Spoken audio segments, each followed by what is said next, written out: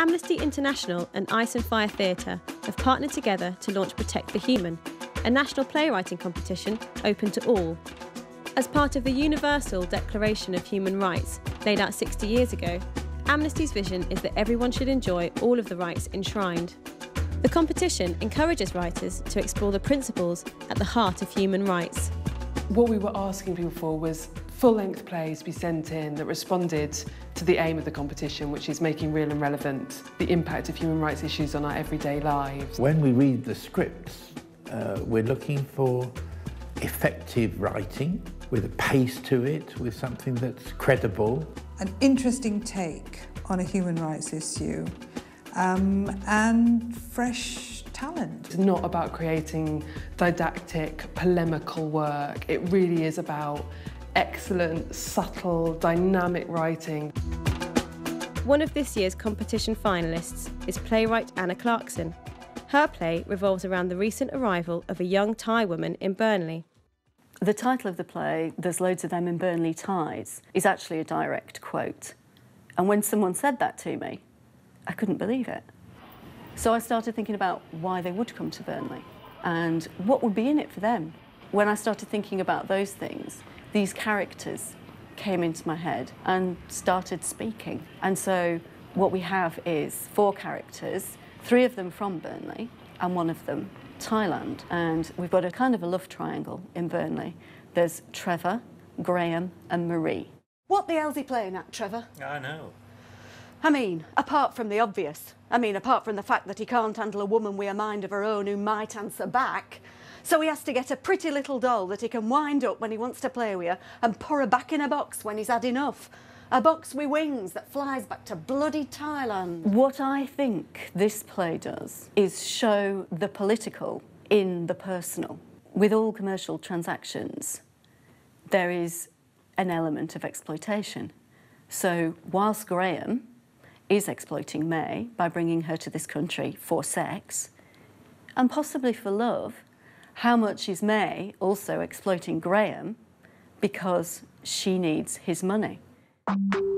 Other competition finalist is Oxfordshire-based Julian Armistead, whose play is an exploration of the restorative justice system.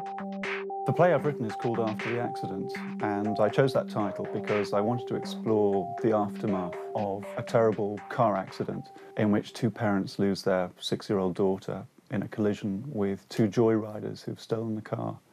And the play really is set 4 years after the accident, at which time the surviving joyrider, who's now a 19-year-old called Leon, is up for his parole.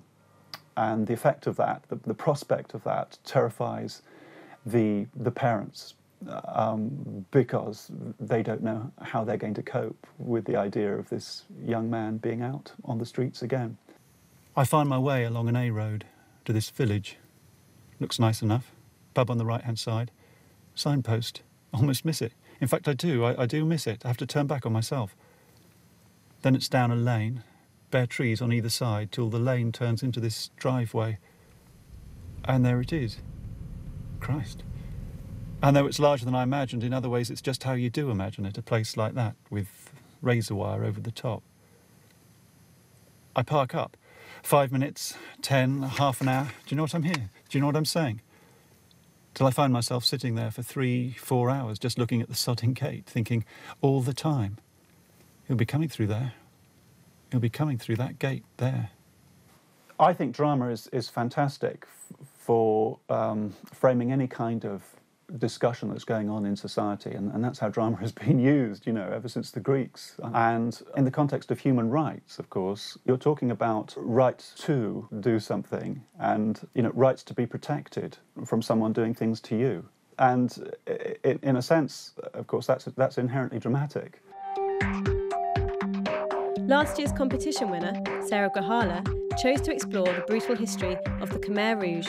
The play was inspired by a group of photographs that were taken of people as they came to a prison called S21. And I guess what I tried to do with the play was to take some of those photographs and build little fictional stories around the photographs in order to sort of try and bring the person back to life in some way. So I think for me what I wanted to do was to try and somehow sort of break through this idea of those huge tragic events being just things that you see on the television or on the news, and somehow give a connection to individuals caught up in them that then makes you perhaps rethink how your position would be in a similar situation.